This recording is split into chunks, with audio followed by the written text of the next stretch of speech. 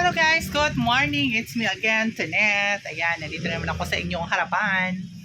Siyempre, Monday morning.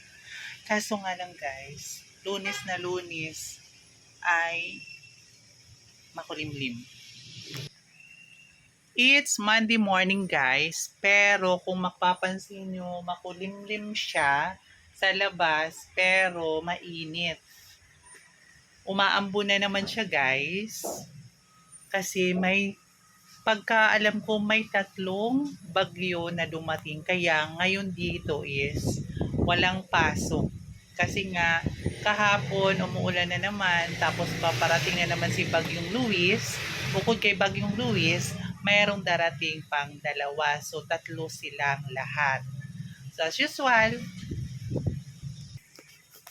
sorry guys, meron lang bumili. Hindi ko lang siya na-videohan, pero mamaya magbibideo tayo habang may bumibili. Para talagang convincing talaga na dito tayo nagtatrabaho.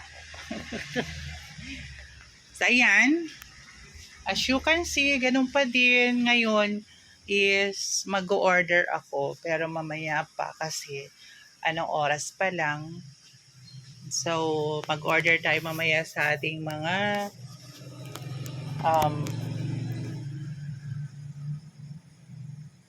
mga pinagkukunan or ating mga distributor sa mga gamot, sa mga galanicals at kung saan-saan pa.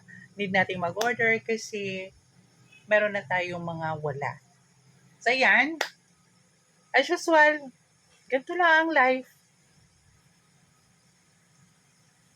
Kinakailangan natin magtrabaho para kumita, kumain at mabuhay. Kasi kung hindi tayo magtatrabaho, wala. Dapat sa lahat po is mahalin po natin ang ating trabaho. Kasi pag hindi nyo mahal ang trabaho, kung after lang kayo sa makukuha nyo, walang mangyayari. Need nating mahalin yung ating work para sa ekonomiya, hindi lang sa ekonomiya, para sa ating sarili at para tayo matuto. At kinakailangan, lalong-lalo na pag sa pharmacy kayo nagtatrabaho, kinakailangan na pag-aralan po natin lahat ng gamot. Hindi naman sinasabi na sa unang pag-aaral or first na pag-aaral mo, pagbabasa mo, mailalagay na agad-agad yun. Hindi.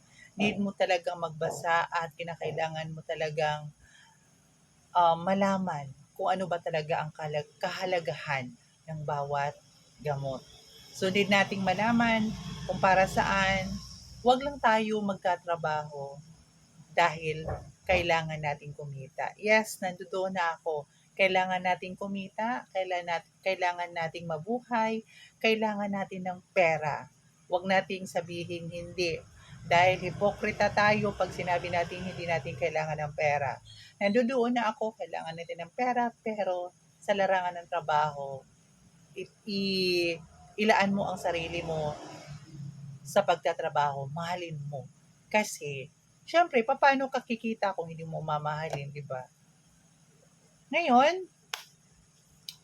ganito lang tayo parati ang ating gagawin. Wala naman tayong ibang ginagawa, kundi mag-antay. Tapos, ako kasi nag-update ako ng mga prescription.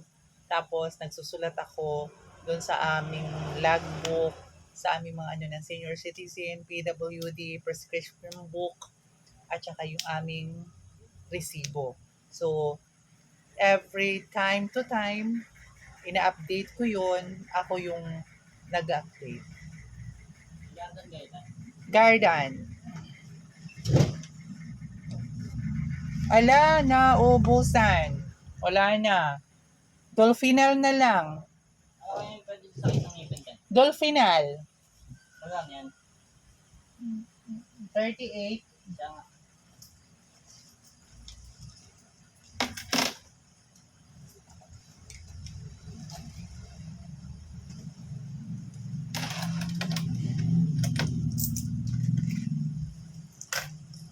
Thank you.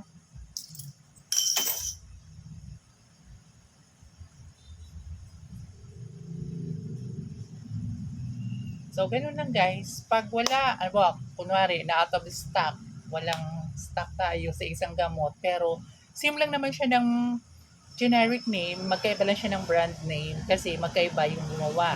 Kagaya ng Cardan, ang generic name niya is mefenamic acid. So, um, ano natin doon sa iba. Kagaya ng Dolphinal or Ponstan. Same-same lang naman sila ng generic. Pang pain reliever din yun. Kaya yun ang binigay ko sa kanya. Which is, nag-okay naman siya.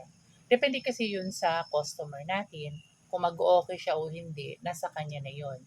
Tayo, magsasuggest lang tayo sa kanila kung ano yung tawag dito, kung ano yung mga iba pang gamot na kagaya lang din doon sa gusto nilang bilhin, which is same lang naman siya ng purpose or same lang siya kung para saan gamitin. Ganun lang guys. Kinakailangan lang natin na marunong tayong mag-segue or parang ipupush natin yung ibang gamot which is same lang naman sila pag okay din sa ating mga customers. Pero pag hindi, wag niya nating pilitin kasi minsan may mga customer tayong na raranasan na pag sinabi nila, kung anong sinabi nila, yun na yun. Wag na natin pang ano. Pero nagsasuggest lang tayo. Para naman kahit papaano, alam nila kung ano pa yung ibang gamot na kaparehas lang doon.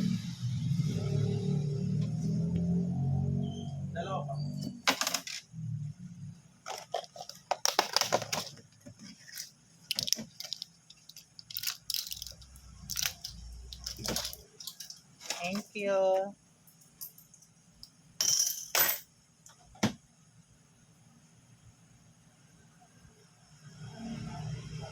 Minsan kasi yung mga customer namin dito, kasi minsan alam na namin kung anong binibili nila, nagsasabi na lang kung ilang piraso, yung mga ganun.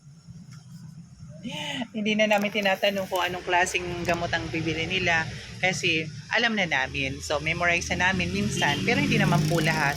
Mayroon naman po na kahit kilala namin, nag-iiba pa rin sila ng binibili. Kumbaga, may binibili silang iba. So, nagtatanong lang kami kung ano pa ang bibili nila. Kaya yon,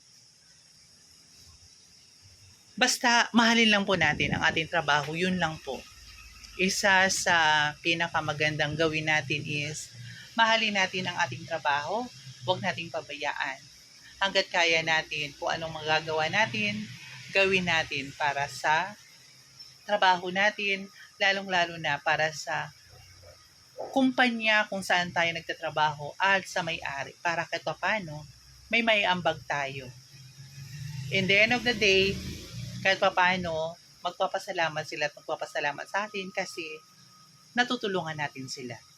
Hindi tayo nagpapabaya, minahal natin yung trabaho natin, at higit sa lahat, alam natin kung anong dapat natin gawin. Ito pong muli si Tunde nagsasabi. Maraming salamat po. Until next time. Bye-bye.